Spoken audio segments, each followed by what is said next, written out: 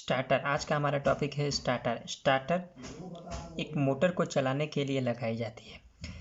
3 HP यानी कि 3 HP से अधिक के मोटर को चलाने के लिए हमें स्टार्टर की आवश्यकता पड़ती है। मोटर स्टार्टर की आवश्यकता। विथाउट स्टार्टर हम लोग मोटर को नहीं चला सकते हैं।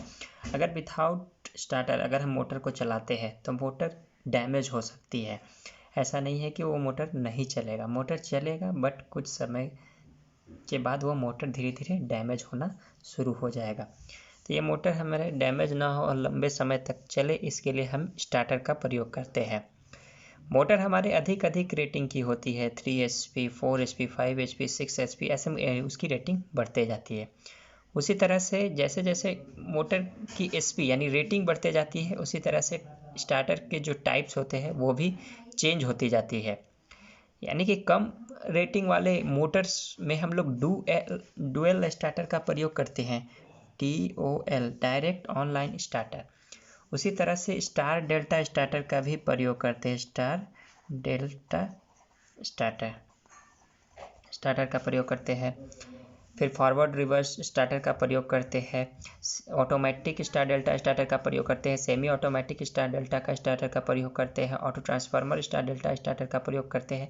इस तरह से बहुत सारे हम लोग स्टार्टर का प्रयोग करते हैं। क्योंकि स्टार्टर को बनाने के लिए वो बने बनाए भी मिलती है, या तो हम स्टार्टर खुद से बना सकते हैं अपने मोटर के रेटिंग के अकॉर्डिंग।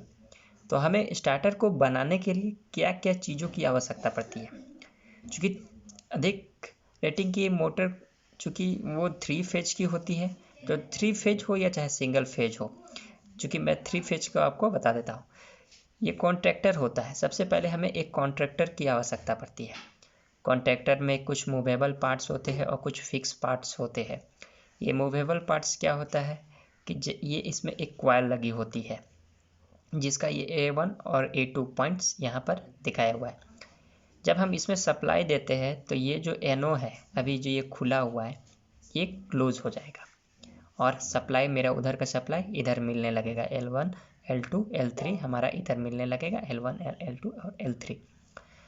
एच की कॉइल इस कॉन्टैक्टर में ही लगी होती है और हमें ओवरलोड की आवश्यकता होती है।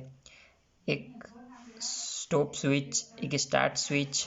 अगर हमें अधिक रेटिंग वाले स्टार डेल्टा स्टार्टर बनाना है तो हमें टाइमर की भी आवश्यकता पड़ती है।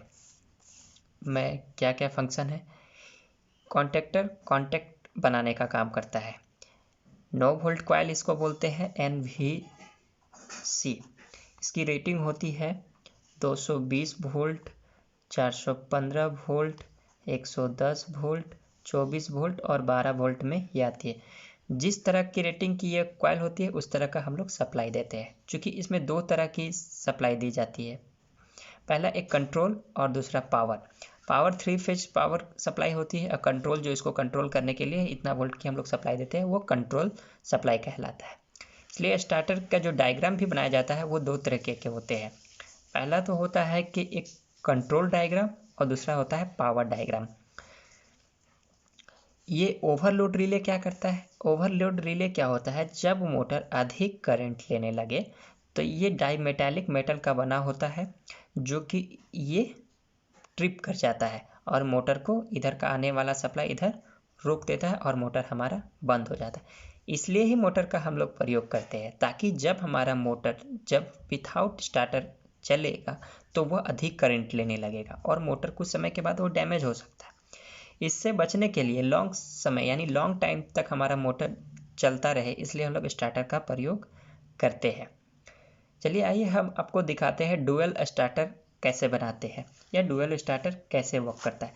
चूँकि एक मोटर जो होता है उसमें 6 टर्मिनल्स होते हैं इस प्रकार से। इस मोटर में चाहे तो हम इसमें स्टार में कनेक्शन करते हैं। स्टार में कनेक्शन करेंगे तो ऊपर वाले टर्मिनल को शॉर्ट कर देते हैं और नीचे वाले टर्मिनल में सप्लाई देते हैं L1, L2 और L3। उसी प्रकार से जब हम डेल्टा में कनेक्शन करते हैं तो ये तीनों टर्मिनल्स को ऐसे करके शॉर्ट करके और इधर से सप्लाई देते हैं L1, L2 और L3। तो इसमें सप्लाई देने के लिए हम लोग स्टार्टर का प्रयोग करते हैं।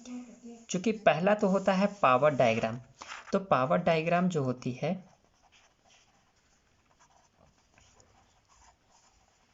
मैं बना कर दिखाता हूँ। तो ये पावर डायग्राम है, ये हमारा स्टार्टर हो गया। स्टार्टर से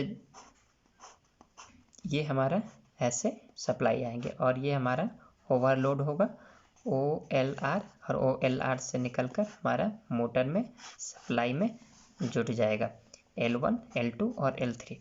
ये जैसे हम इसमें सप्लाई देंगे तो ये हमारा इधर से निकलकर कॉन्टैक्टर से निकलकर सप्लाई ओवरलोड रिले में आएगा, ओवरलोड रिले से हमारा मोटर में आएगा और मोटर हमारा चलना शुरू हो जाएगा। इस प्रकार से हो गया ये हमारा पावर डायग्राम। ये अपने आप, तो ये कॉन्टैक्टर जैसे सप्लाई देंगे अपने आप सप्लाई नहीं आने लगेगा। इसको सब चलाने के लिए हमें स्विच की ज़रूरत होगी, जिसमें स्विच को दबाएंगे फिर ये हमारा चलना शुरू हो। तो इसको लगाने के लिए सबसे पहले हम लोग क्या करेंगे कि कॉन्टैक्टर में स्विच लगाएंगे, स्टॉप स्विच, स्टार्ट स्विच का प्रयोग करेंगे। और होल्डिंग, जब हम स्विच को छोड़ दें तो हमारा होल्ड होता रहे। तो सबसे पहले हम लोग यहाँ पे स्विच पर देखते हैं, एक NC है और दूसरा NO है। NC NO क्या होती है, यहाँ पर भी कॉन्टैक्टर में भी NC और NO होती है, नहीं होती तो हम उसमें लगाते हैं हेड ऑन ब्लॉक के द्वारा। NC और NO क्या होती है, NC नॉर्मली क्लोज होती है और NO का मतलब नॉर्मली ओपन होता है। नॉर्मली क्लोज और नॉर्मली ओपन का मतलब जब हम जिसमें सप्लाई दें तो वो हमारा सप्लाई इनपुट, जैसे हम इसमें सप्लाई दें तो हमारा आउटपुट सप्लाई मिलता रहे। और दूसरा NO का मतलब वो नॉर्मली ओपन, इधर हम सप्लाई दें तो हमारा इधर सप्लाई ना मिले जब तक कि हम इसको पुश ना करें या ऑटोमेटिक ये बंद ना हो, ये होता है NO। अगर हम NO और NC की पहचान करना सीख जाते हैं कॉन्टैक्टर में, स्विच में, टाइमर में, तो हम किसी भी तरह का स्टार्टर बना सकते हो, चाहे स्टार डेल्टा स्टार्टर हो, चाहे वो ऑटोमेटिक हो, चाहे वो सेमी ऑटोमेटिक हो, चाहे वो मैनुअल हो, कोई भी स्टार्टर हम आसानी से बना सकते हैं। चूँकि स्टार डेल्टा स्टार्टर बनाने के लिए मैं पहले आपको पावर डायग्राम, फिर उसके बाद हम इसमें वायरिंग डायग्राम भी मैं आपको बना करके दिखाता हूँ कि कैसे ये होल्डिंग होगा। ये तो हमारा पावर डायग्राम हो गया, इससे हम समझ सकते हैं। इससे हम कंट्रोल डायग्राम को नहीं समझ सकते हैं कि कंट्रोल डायग्राम अगर आखिर कैसा होगा। जैसे ही हम यहाँ पर फेज देते हैं तो ये हमारा ओवरलोड का जो NC पॉइंट होता है, ये वाला पॉइंट, यहाँ पे हम लोग सबसे पहले फेज को देते हैं। उसके बाद हम लोग यहाँ पे एक स्टॉप स्विच होती है, ये स्टॉप स्विच हम इसमें जोड़ कनेक्शन करते हैं। उसके बाद एक स्टार्ट स्विच का प्रयोग करते हैं, क्योंकि ये स्टॉप स्विच NC होती है और स्टार्ट स्विच NO होती है। इसको हम लोग दबा करके NC करते हैं।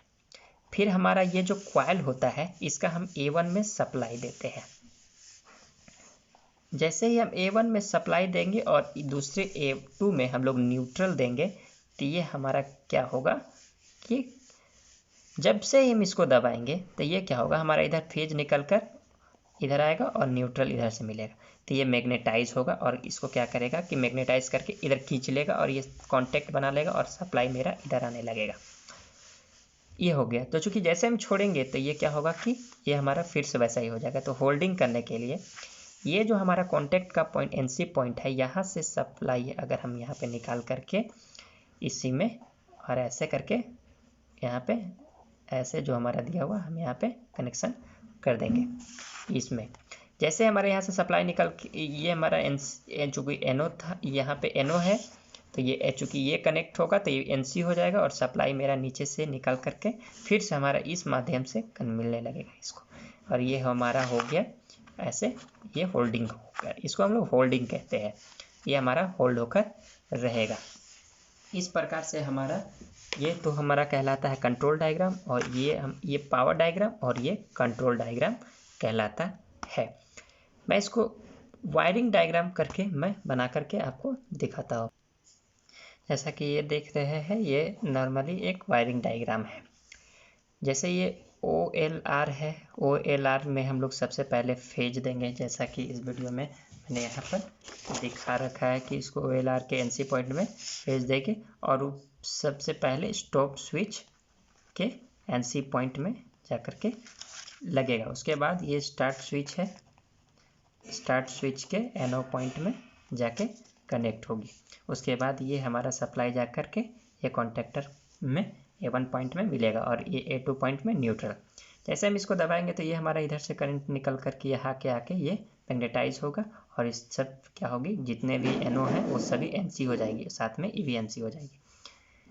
तो चूँकि करंट क्या हो रहा है कि ये NC हो गया, तो ये करंट यहाँ से आकर के ये जो करंट था ये से निकल कर के इससे जाने लगा। चूँकि NC हो गया तो ये निकल कर इससे, हम इसको छोड़ भी देंगे तो ये करंट हमारा इधर से निकल कर इधर जाता रहेगा। ये हमारा कहलाता है होल्डिंग।